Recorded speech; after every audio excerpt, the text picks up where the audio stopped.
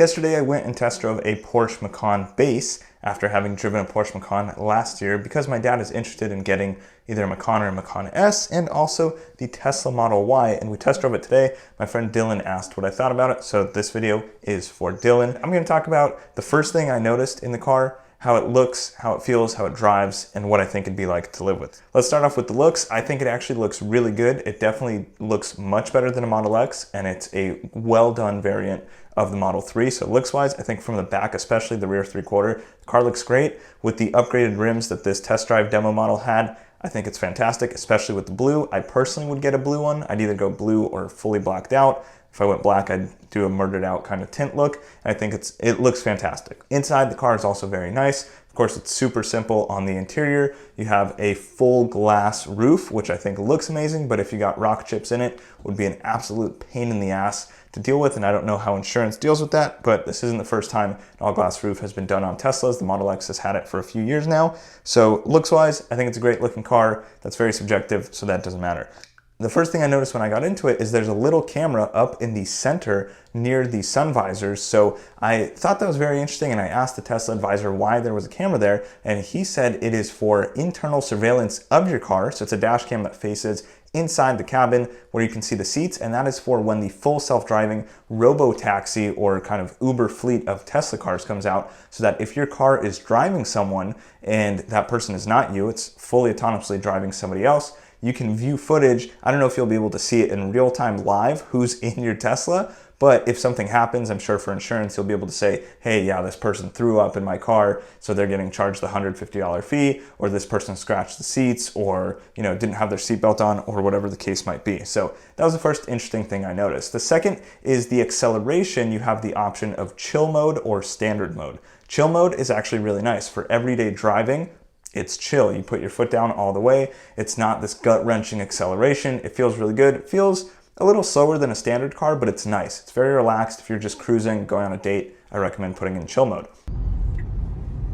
This is chill. Oh, so my foot's all the way down. This is chill mode. That's very chill. So now if I go into driving and I go standard, leave some space. Yeah, all the way down. Wow. What a difference. Oh my God. Holy shit.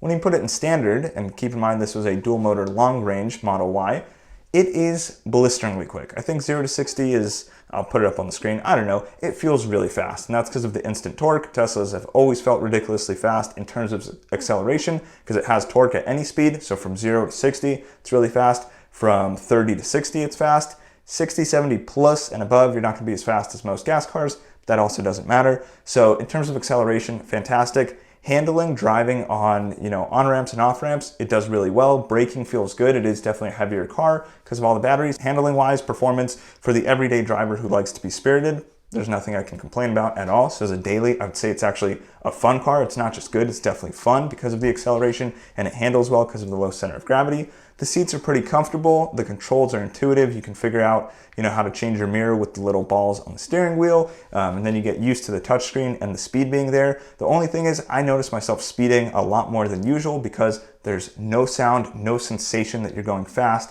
And so I found myself going from 60 to 80 instead of 60 to 70-ish a lot more often. And I'm sure that just takes some getting used to. The other thing is you can change the steering from standard to comfort to sport mode, and so it definitely becomes much heavier. So you can see as I was trying to move the steering wheel, it gets a lot heavier in sport mode, which is nice if you're doing some mountain driving. Then you can put it in the comfort modes.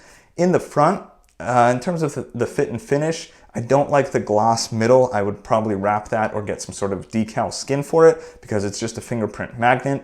You have this kind of deep glove box that's underneath your elbow. So in the center console, it goes fairly deep and you have a lifted kind of shelf in there. So you can fit some goods there. Then you click in the middle and it pops up. You have another storage compartment. And then in front of that, you have this interesting looking piece, and that is so you can run the cable for your phone. It doesn't have a wireless charging dock yet, but if you want to plug in your phone, also this car doesn't have Apple CarPlay, but if you want to plug it in, you can run the cable from below, and there are USB ports in there. When I was closing those sections, they didn't close on the first try, every single time. So I don't know if it's a issue with me not knowing how to just click down and close. I honestly don't think it is, or if it's with the fit and finish that Tesla has. And of course, there are panel gaps and there are some finishing touch issues that happen in the first generation of any car. Tesla's especially prone to it and known for it. And so keep that in mind. I'd say if you're going to order this car, probably wait another few months until they have it figured out. And even if you order today, it does take 2 to 3 months to get your car. So they might figure out some of those issues by then.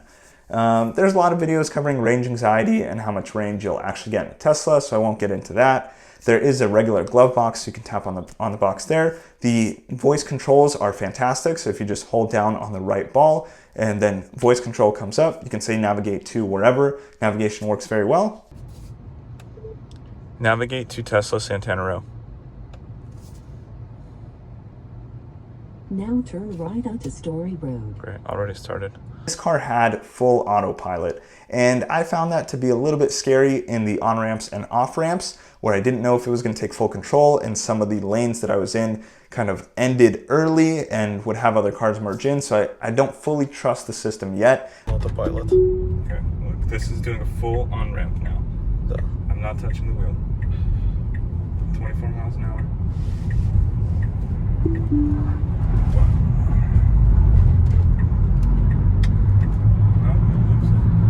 I think it's the best of any car in terms of adaptive cruise control, lane keeping assist, and also autopilot or autonomous driving type features, but I don't fully trust it yet.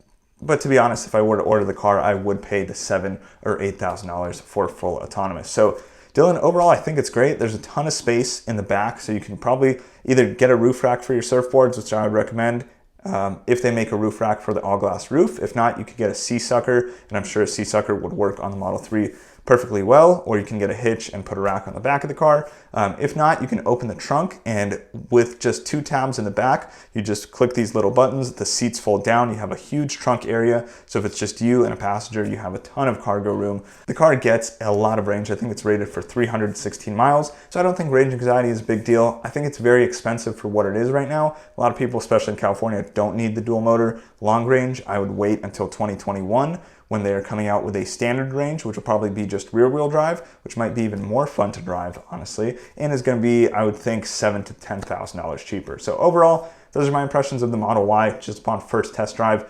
It's a good looking car. It handles very well. I'd say it's the best looking of the Teslas. Actually, I really like that rear 3/4 angle.